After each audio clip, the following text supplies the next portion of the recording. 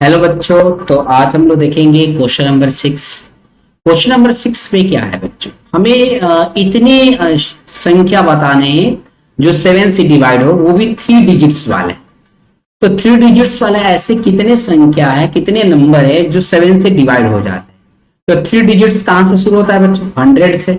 और लास्ट कहां होता है? 999 पर। यही होता है 3 डिजिट्स। इसमें ऐसे कितने नंबर है जो 7 से डिवाइड हो जाता है, यही हमें बताना है। तो आप देख सकते हैं बच्चों, चेक करके देख सकते हैं क्या 100 7 से डिवाइड होता है?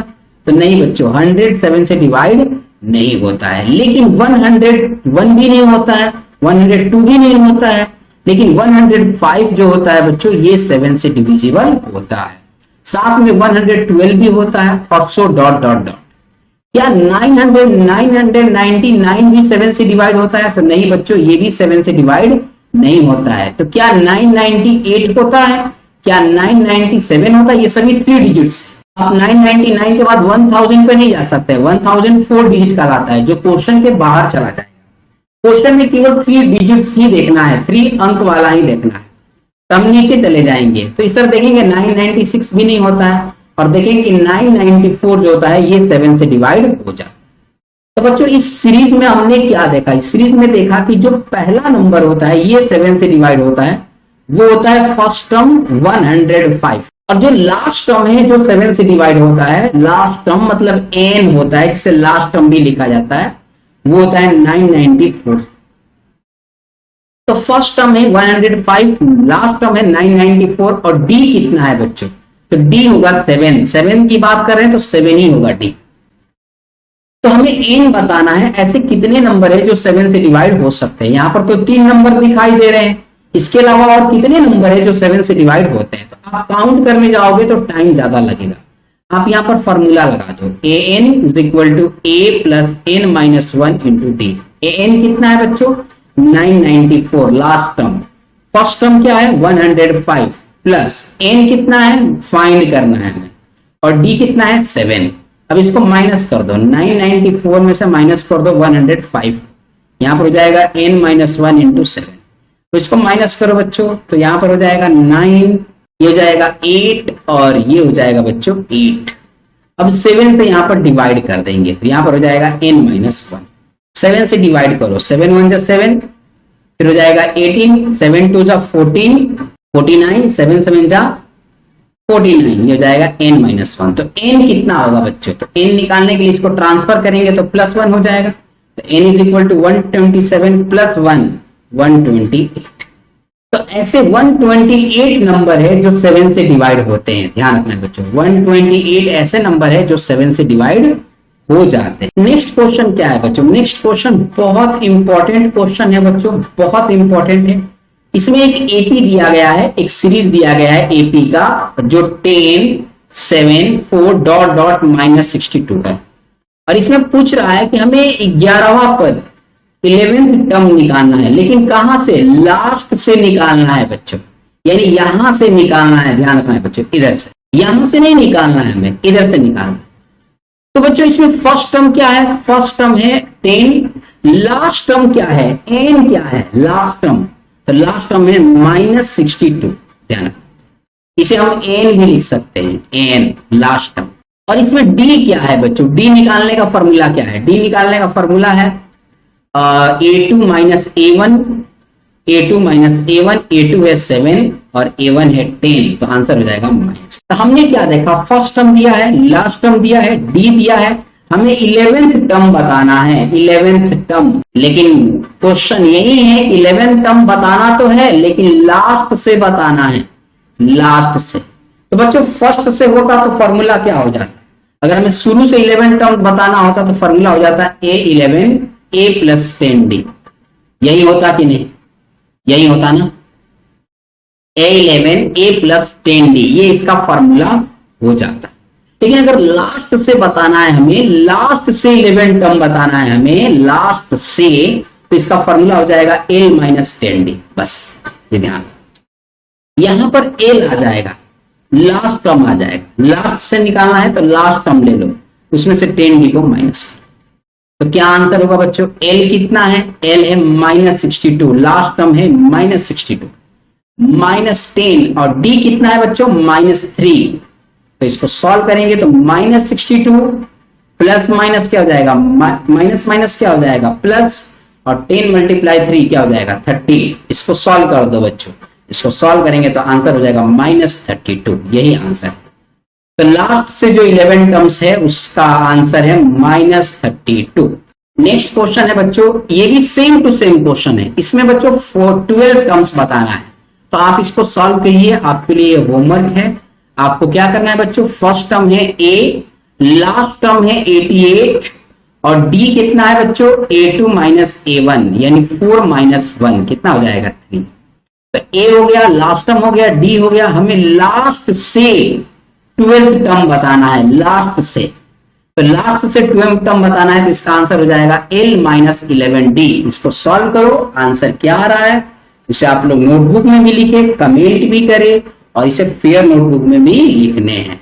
क्वेश्चन नंबर 9 क्या है बच्चों, क्वेश्चन नंबर 9 में बोल रहा है कि कोई एक एपी है जिसमें 60 टर्म्स है, यानी n की वैल्यू 60 है, 60 टर्म्स है, a1 a2 a3 dot dot dot a60 ऐसे करके 60 टर्म्स है। इसमें जो फर्स्ट टर्म्स है मतलब पहला है वो है 7 और जो लास्ट टर्म है 160 a60 जिसे हम लास्ट टर्म भी कहते हैं वो है 125। तो बच्चों फर्स्ट टर्म दिया है, लास्ट टर्म दिया है, n दे दिया गया है 60 है, हमें बताना है इसका 32 टर्म्स क्या होगा। अब इसमें लास्ट से नहीं बोला है, फर्स्ट से ही बताना है, याद रखना बच्चों a32 बताना है। तो a32 निकालने के लिए क्या फॉर्मूला होगा बच्चों, a + 31d। a तो हमें मालूम है, a कितना है, a है 7 प्लस 31 मालूम है हमें, d मालूम नहीं है, d हमें कैलकुलेट करना है। तो d कैलकुलेट करने के लिए क्या करेंगे, यही फॉर्मूला लगा देंगे। एक यहां पर फॉर्मूला लगा सकते हैं हम लोग a60 का।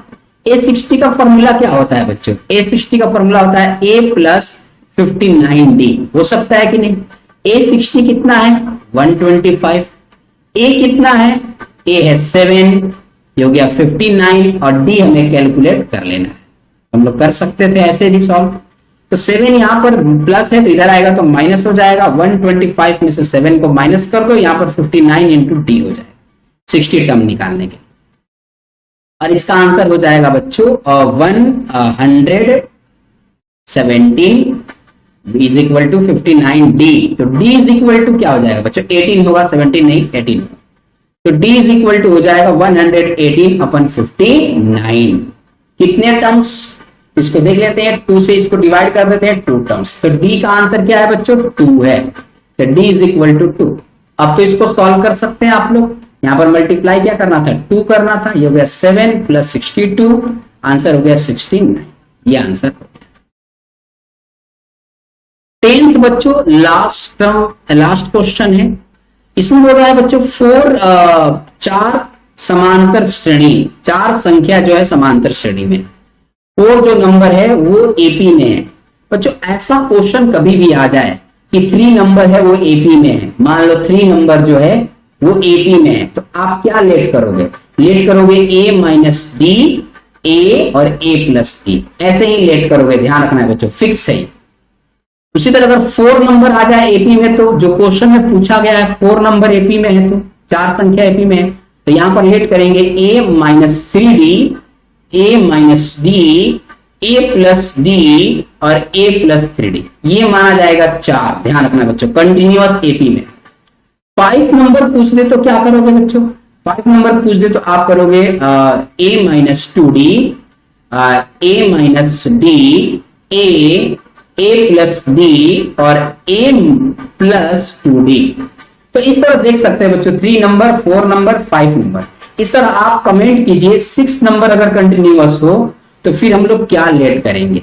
ओके बच्चों, तो यहां पर 4 नंबर कंटिन्यूअस है, मतलब ये लेट करना है, तो लेट कर लो आप लोग। मान लो लेट किया हमने, जो नंबर है वो कौन कौन से हैं, जो एपी में है वो है a - 3d, a - d, a + d और a + 3d, ऐसा है मान लिया, यही है कंटिन्यूअस। अब इस पर क्वेश्चन में क्या पूछ रहा है कि यदि संख्याओं का योग 50 हो, यदि हम इनको प्लस कर दे, सभी को प्लस कर दे, सभी को प्लस कर दो, प्लस कर दिया हमने। अगर सभी को प्लस करोगे तो इसका आंसर 50 आएगा। एक बार सॉल्व करते हैं तो क्या बाहर निकल रहा है, तो 3D से 3D कैंसल, D से D कैंसल, ये हो गया 4A, अब 4 इज इक्वल टू 50, तो A इज इक्वल टू हो गया 50/4। अब इसको सॉल्व करेंगे तो आंसर क्या आएगा बच्चों, 25/2, जिसका आंसर होगा 12.5। तो ये आंसर बाहर निकल के आया A, मतलब फर्स्ट टर्म। फर्स्ट टर्म क्या है बच्चों, पहला पद क्या है, 12.5 पहला है, सॉरी बच्चों A है, पहला नहीं है, पहला A-3D होता है, ध्यान रखना बच्चों। इसमें पहला क्या होता है, A-3D। इसमें जो A है वो है 12.5, A जो है। अब आगे बोल रहा है कि जो सबसे बड़ी नंबर है, सबसे लार्जेस्ट नंबर है, वो 4 टाइम्स है स्मॉलेस्ट नंबर का। तो लार्जेस्ट नंबर ये कहलाता है, स्मॉलेस्ट नंबर ये कहलाता है, ध्यान रखना बच्चों।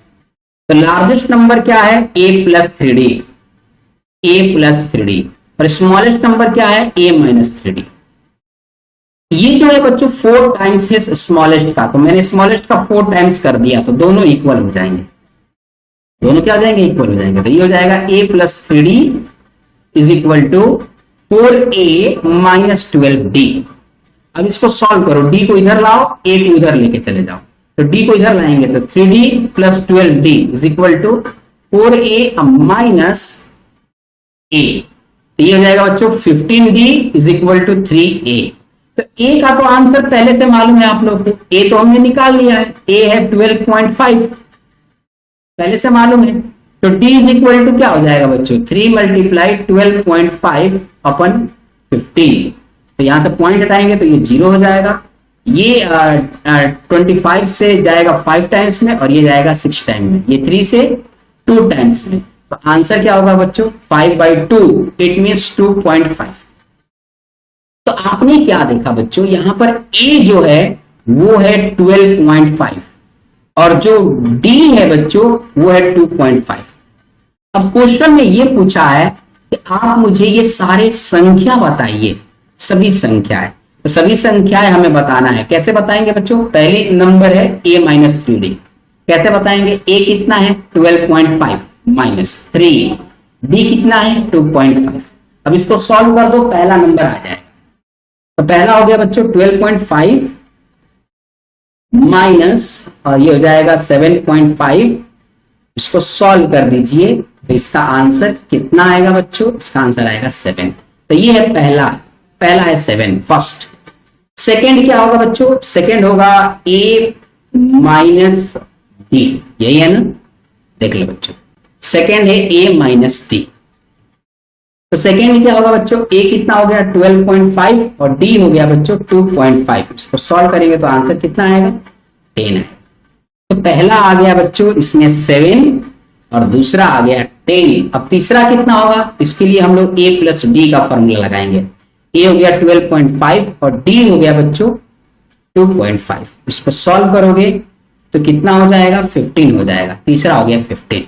उसी तरह बच्चों फोर्थ क्या होगा, ये आप कमेंट बॉक्स में लिखिए और नोटबुक में भी इसको सॉल्व कीजिए। ओके बच्चों, अब नेक्स्ट वीडियो में हम लोग मिलते हैं।